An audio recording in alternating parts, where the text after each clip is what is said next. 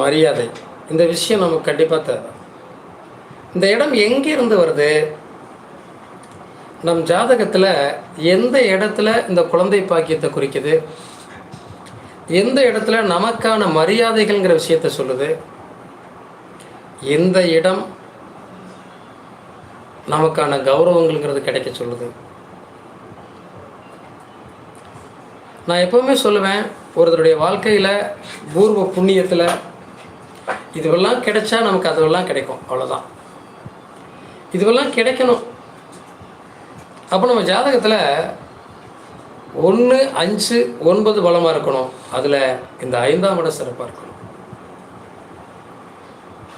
இந்த குழந்தை அப்படிங்கிற ஒரு விஷயத்தில் நிறைய போராட்டங்கள் நிறைய பேருக்கு இருக்குது. நான் பார்த்த அளவில் ஆயிரக்கணக்கான பேருக்கு குழந்தை இல்லாமல் இங்கே வந்தவங்கிறது ஆயிரக்கணக்கான பேரை நம்ம பார்த்துருக்கோம். அவர்களுக்கு இங்கே வந்த பிறகு அந்த குழந்தை பாக்கியம் கிடைச்சிருக்குன்னா அந்த இறைவன் நமது வாக்கு மூலமாக கொடுத்த அந்த விஷயங்கள் நமக்கு மகிழ்ச்சியை தருது. ஒருவருடைய ஜாதகம் எப்படி இருக்கணும், எப்படி இருந்தால் நம்ம வாழ்க்கையில் முன்னுக்கு வர முடியும், எது நம்மை மேல் நோக்கி செலுத்தும். நீங்கள்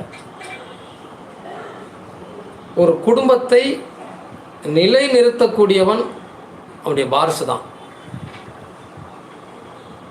என் பையன் இருக்கான் பார்த்துக்குவான், என் பொண்ணு இருக்கா பார்த்துக்குவா. எங்கேருந்து வருது அந்த வார்த்தை? ஆள் மனசுலேருந்து வருது. நமக்கு குழந்தை இருந்தால் நமக்கு பின்னாடி நம்மை பாதுகாத்து கொள்ளும், அல்லது நம்முடைய வாரிசை பாதுகாத்து கொள்ளும், அல்லது நமக்கான ஒரு அங்கீகாரத்தை கொடுக்குங்கிற எண்ணம் நம்ம எல்லாருக்குமே இருக்குது இந்த குழந்தைங்கிற விஷயத்தில். இந்த குழந்தை அதுதான் 5ஆம் இடம்.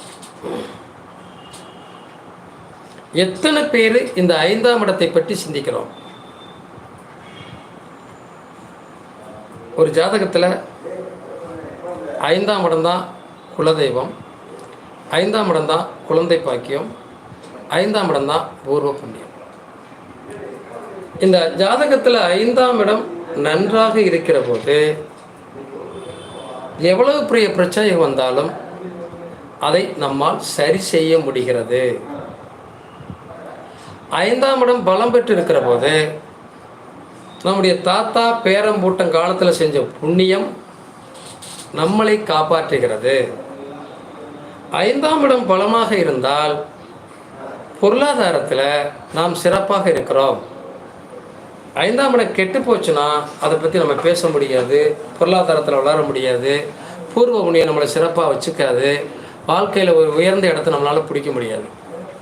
இப்போ 5ஆம் இடத்தை பற்றி நம்ம சிந்திக்கிறோம் இல்லையா, 5ஆம் இடத்தை பற்றி நம்ம யோசிக்கிறோம் இல்லையா.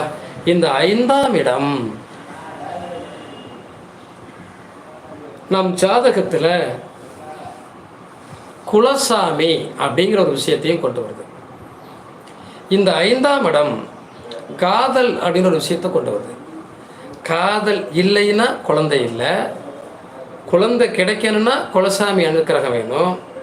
இது எல்லாமே நடக்கணும்னா நம்ம உடம்பு ஆரோக்கியமாக இருக்கணும், நம்மளுடைய வயிற்று பகுதியில் ஆரோக்கியமான நிலை தென்படணும் இல்லையா. அப்போ இது எல்லா இடமும் அந்த 5ல் தான் இருக்கு. இந்த 5ஆம் இடம் ஒரு இடம் மட்டும் நம்ம ஜாதகத்தில் கெட்டு போச்சுன்னா குழந்தை பாக்கியம் கெடுது, பொருளாதாரம் கெடுது, குலதெய்வத்தினுடைய தொடையும் இல்லாமல் போயிடுது.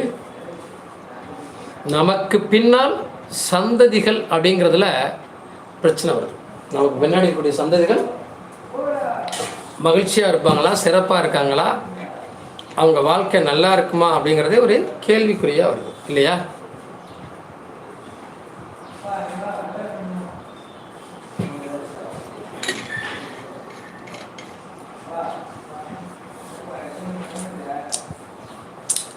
எத்தனை பேர் வீட்டில் நம்முடைய அப்பாவுடைய அப்பா காலத்தில் 2 மனைவி இருந்தது?